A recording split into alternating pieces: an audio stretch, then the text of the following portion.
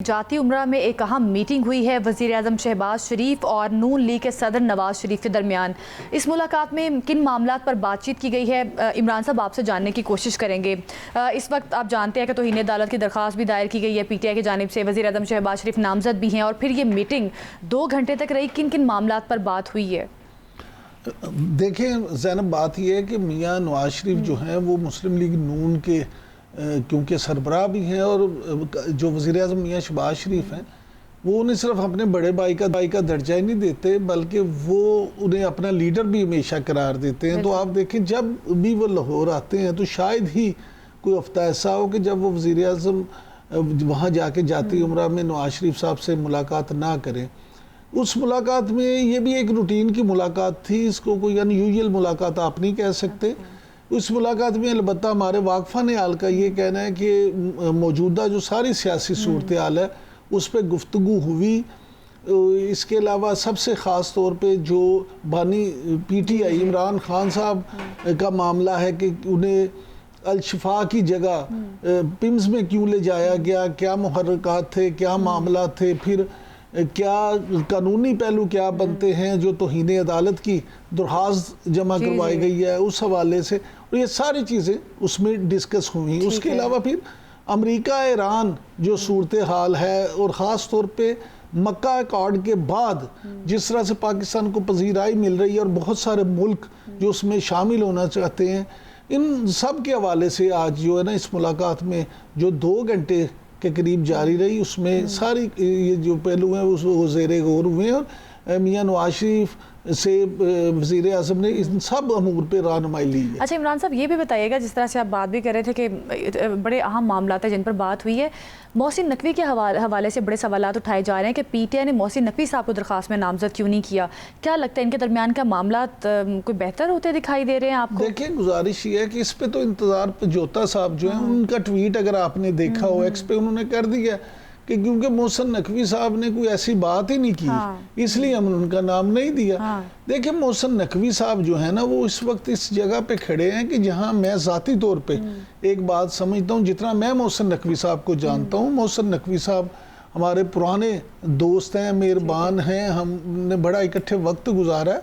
मोहसिन नकवी कभी भी बिट्रे नहीं कर सकते, ये बात याद रखिए। वो सियासत में जिस तरह से भी हैं आपको उनके साथ 1001 इख्तलाफ हो सकता है लेकिन वो कभी भी इस तरह से बिट्रे नहीं करेंगे और ना ही वो इस वक्त ऐसे मुकाम पे हैं कि वो एकदम से जाके PTI के साथ मिल जाएं।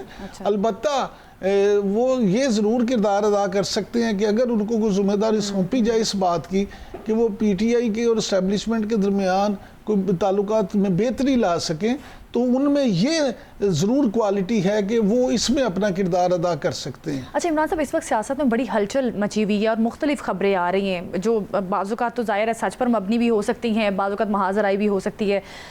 ये भी खबरें आ रही हैं कि PDM की तर्ज का कोई अलाइंस बनने जा रहा है। क्या लगता है इस पर? आपको लगता है कि PTI का कोई ऐसा कोई अलाइंस बन सकता है? क्योंकि मौलाना फजलुर रहमान भी अब बड़े एक्टिव नज़र आ रहे हैं और ये भी कहा जा रहा है कि अब तो सुहेल आफरीदी साहब कह रहे हैं 20 लाख के हम 40 लाख लोग लेकर आएंगे। मैं तो ये समझता हूँ ज़ैनब कि कुछ और हो या ना हो, ये सवाल करके आपके चेहरे पे मुस्कुराहट जरूर आ जाती है। नहीं अच्छी, ओहो ये अच्छी बात है।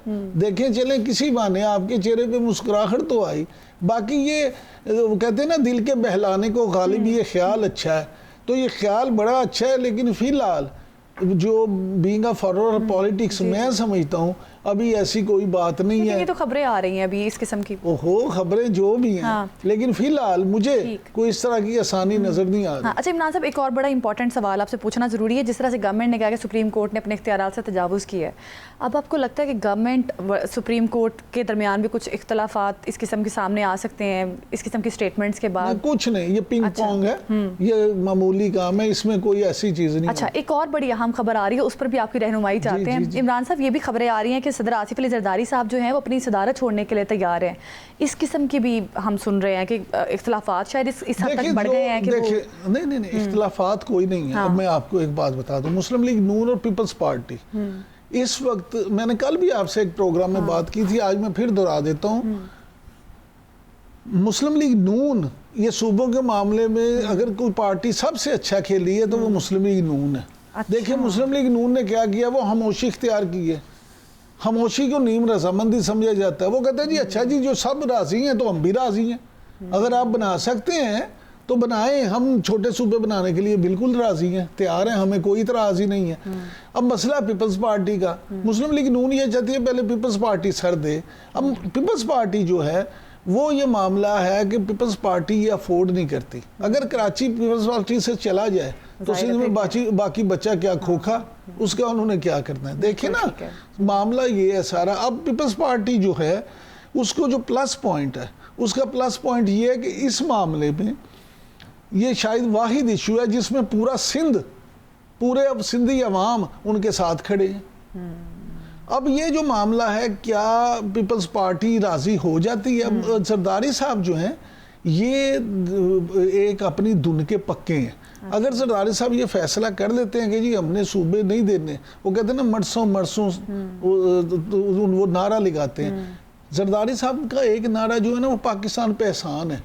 जब बीबी शहीद हुई थी 27 दिसंबर 2007 को, तो उसके बाद वो नारा उन्होंने कहा था खपे खपे पाकिस्तान खपेगा। तो वो उसी तरह आप देखें जरदारी साहब, अब जो मामला है मैं ज़ाती तौर पे समझता हूँ कि जरदारी साहब जो हैं फ़िलहाल वो इस्टेब्लिशमेंट को और तमाम ताकतवर हलकों को ये मैसेज देना चाहते हैं कि मेरे लिए सदारत की अहमियत नहीं है। अच्छा, मैं छोड़ दूंगा। उसकी वजह है कि सदारत किस वजह से है? सियासत की वजह से। अगर उनकी सियासत ही नहीं बचेगी तो उन्हें कौन सदारत देगा?